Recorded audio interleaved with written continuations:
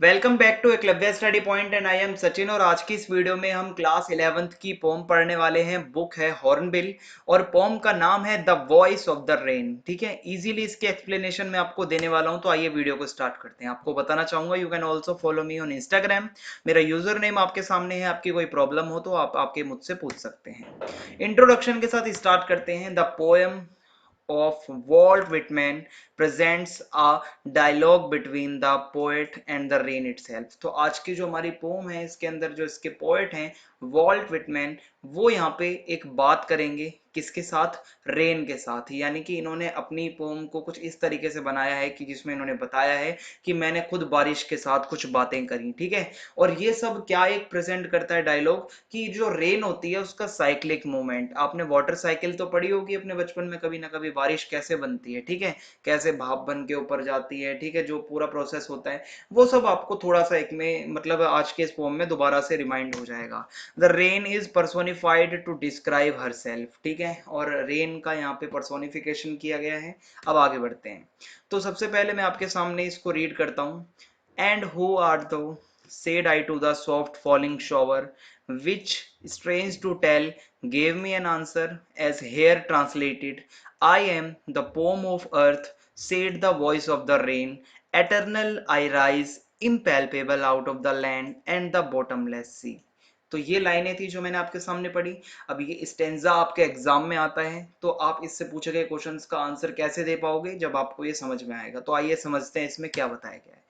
इस पोएम के अंदर जो मैंने आपके सामने ये जो पूरा एक स्टेंजा पढ़ा, ठीक है, जो पोएम है आज की हमारी, इसमें the poet questions the rain, he ask who is she. यहाँ पे जो वॉल्ट विटमैन है वो रेन से क्वेश्चन पूछते हैं कि तुम कौन हो, ठीक है, और पोएट को आंसर मिलता है। रेन कहती है, ठीक है, अपना इंट्रोडक्शन देती है। The poet translates it in, मतलब अपने जो लैंग्वेज में वो एक पोएम के रूप में फिर हमें बताते हैं यहाँ पे पोएट जो है, ठीक है, ताकि हमें समझ में आ सके। अब रेन ने उनको क्या बोला ये हमें कैसे समझ में आएगा, जब जो पोएट है अपनी पोम को लैंग्वेज में लिख पाएंगे, ठीक है, कि क्या उनके बीच बातें हुई। तो वही सब अब पोएट बताएंगे कि जो उस दिन उनकी बातें हुई बारिश के साथ, तो बारिश ने क्या कहा, वो कौन है। ठीक है, तो उसने बताया द वॉइस ऑफ रेन, ठीक है, जो बारिश की आवाज थी वो आंसर देती है that she is the pome of earth. ठीक है, मैं इस अर्थ की पोम हूं। ठीक है, she rises out of the land and the bottomless sea in the form of vapours due to evaporation. देखो, जब बारिश बनती है तो वो भाप के रूप में ऊपर जाती है सबसे पहले। ऐसे तो है नहीं कि बारिश नीचे से ही अपने स्टार्ट होती हो अर्थ से, ठीक है, तो वो किस रूप में जाती है, वेपर्स के रूप में जाती है, फॉर्म ऑफ वेपर्स, ठीक है, भाप के रूप में ऊपर जाती है। She rises upwards towards sky unseen and untouched. जब वो भाप के रूप में जाती है ना हम उसको छू सकते हैं ना हम उसको देख सकते हैं, ठीक है, there it comes to its real form in water drops. लेकिन जब वो ऊपर जाती है स्काई में तब वो जाके अपने रियल फॉर्म में आती है, जो कि उसकी असली फॉर्म है वाटर ड्रॉप्स की फॉर्म, ठीक है, जो हमें दिखती भी है, जिसको हम टच भी कर सकते हैं।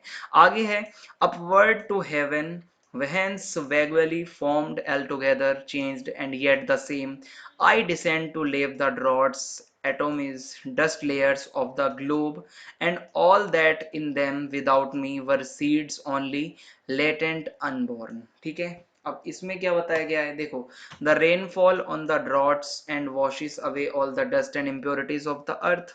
जो भी बारिश होती है, ठीक है, रेनफॉल होती है, उससे क्या होता है, हमारे अर्थ की जितनी भी गंदगी होती है, जितनी भी इम्प्योरिटीज होती हैं, वो सब धुल जाती हैं, सब वॉश हो जाती हैं। ठीक है, it brings the dry earth back to life. जो एक सूखा हुआ हमारा अर्थ है उसके ऊपर जो लाइफ है वो लाने का काम कौन करता है, रेन करती है। ठीक है, विदाउट रेन कुछ भी यहाँ पे पॉसिबल नहीं है। ठीक है, जितने भी सीड्स होते हैं वो बिल्कुल अंदर ही छुपे रहेंगे इस अर्थ के, जब तक उनको बारिश नहीं मिलती। बारिश नहीं आएगी विदाउट रेन्स, ठीक है, ऑल सीड्स हैं वो क्या करेंगे, वो हमेशा हिडन ही रहेंगे।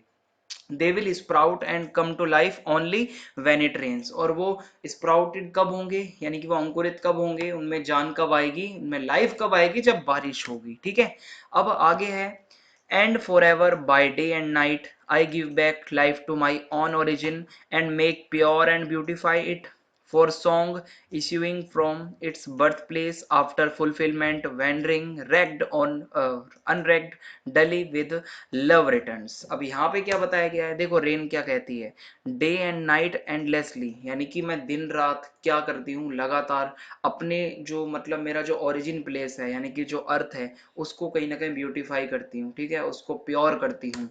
शी मेक्स इट, इट का मतलब है द अर्थ, ठीक है, जो रेन है, शी का मतलब है रेन, तो रेन क्या करती है, अर्थ को प्योर कर देती है बाय वॉशिंग इट, ठीक है, जितनी भी डस्ट और इम्प्योरिटीज हो जाती हैं जो अर्थ की वो सब धुल जाती हैं। इट ऑल्सो ब्यूटिफाइज इट, और अर्थ को वो सुंदर बना देती है जो बारिश होती है। After completing her cycle and wandering from earth to sky she duly returns to the earth with love, और उसका जब ये पूरा चक्र, एक पूरी साइकिल खत्म हो जाती है, यानी कि वो अर्थ से उठती है, स्काई में जाती है, स्काई में जाती है, वापस अर्थ में आती है, ठीक है, तो ये इसका पूरा साइकिल होता है। जब इसका पूरा साइकिल खत्म हो जाता है, जब ये पूरा घूम लेती है, तो वापस एकदम प्यार से, एकदम लव के साथ वापस अपने ओरिजिन प्लेस में यानी कि अर्थ में वो रेन आ जाती है। क्या आपने कभी देखा है रेन वापस ना आती हो और ऊपर ही रह जाती हो? जी नहीं, वापस वो अपने ओरिजिन प्लेस में ही आती है और बड़े प्यार से आती है, ठीक है। इसी के साथ आज की हमारी पोम खत्म होती है। अगर आपको समझ में आई है कमेंट बॉक्स में जरूर बताना, इससे हमें मोटिवेशन मिलता है। चैनल को सब्सक्राइब करना ना भूलें, बेल आइकन को दबा दीजिए ताकि आने वाले वीडियोस के अपडेट्स आपको मिलते रहें। And don't forget to share the video with your friends. Thank you so much. जय हिंद, जय भारत, धन्यवाद।